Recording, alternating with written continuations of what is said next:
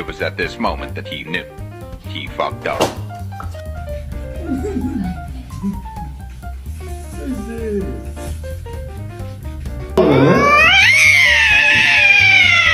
Al